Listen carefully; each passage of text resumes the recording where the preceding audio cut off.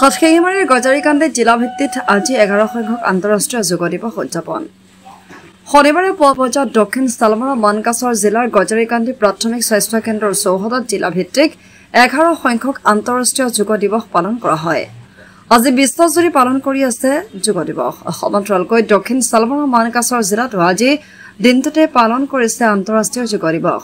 শৰীৰ আৰু মন সুস্থ ৰখাটোৱে হৈছে আন্তঃৰাষ্ট্ৰীয় যোগ দিৱসৰ মূল উদ্দেশ্য।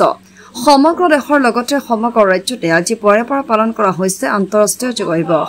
আজিৰ এই বিশেষ আন্তঃৰাষ্ট্ৰীয় যোগ দিৱসত মুখ্য অতিথি হিচাপে উপস্থিত আছিল জিলা পৰিষদৰ মুখ্য কাৰ্যকৰী বিষয়া জয়ন্ত বৰা, অতিৰিক্ত আয়ুক্ত কুমাৰ কৌৰৱ দাস, জিলা স্বাস্থ্য বিভাগৰ যুটীয়া সঞ্চালক ডক্টৰ চিৰাজুল হকে অংশগ্ৰহণ কৰাৰ লগতে কণ কণ ছাত্ৰ ছাত্ৰীসকল, বহু কেইগৰাকী আশা কৰ্মী, জিলা ক্ৰীড়া বিষয়াসকল, জিলা প্ৰশাসনৰ কৰ্মচাৰীসকল, জিলা স্বাস্থ্য বিভাগৰ বিষয়াসকল উপস্থিত আছিল। আজিৰ কাৰ্যসূচীৰ মতে অনুষ্ঠানত উপস্থিত থকা প্ৰতিগৰাকী ব্যক্তিয়ে যোগাসনত অংশগ্ৰহণ কৰি বিভিন্ন ধৰণৰ যোগাসন কৰা পৰিলক্ষিত হয়।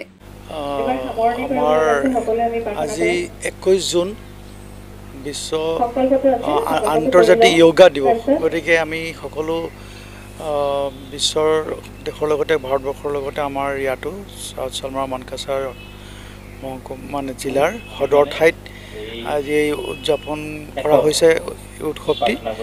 গতিকে আমি ইয়াতে আজি য়োগা কৰি আছোঁ এতিয়া, আৰু আমাৰ খুব ভাল লাগিছে, আৰু আমি আচলতে সদায় কৰিব লাগে।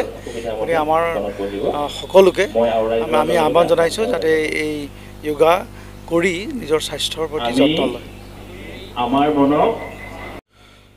আজি আমাৰ দক্ষিণ চালমাৰা মানকাছৰ জিলাৰ ভিত্তিক 11th ইণ্টাৰনেশ্যনেল যোগা ডে উদযাপন কৰি আছোঁ গজাৰিকান্দি ব্লক PHC প্ৰেমিচিছত।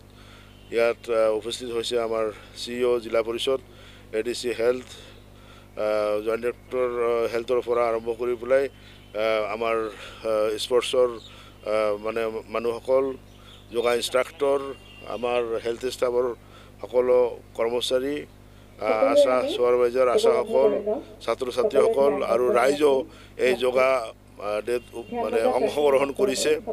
গতিকে আমাৰ এটাই কথা যে পঢ়া শুনা বা বেলেগ দৈনন্দিন কামৰ লগতে যদি নিয়মিতভাৱে দৈনিক যদি আমি মানে যোগ চৰ্চা কৰিব পাৰোঁ, তেতিয়াহ'লে it will be helpful for a good health.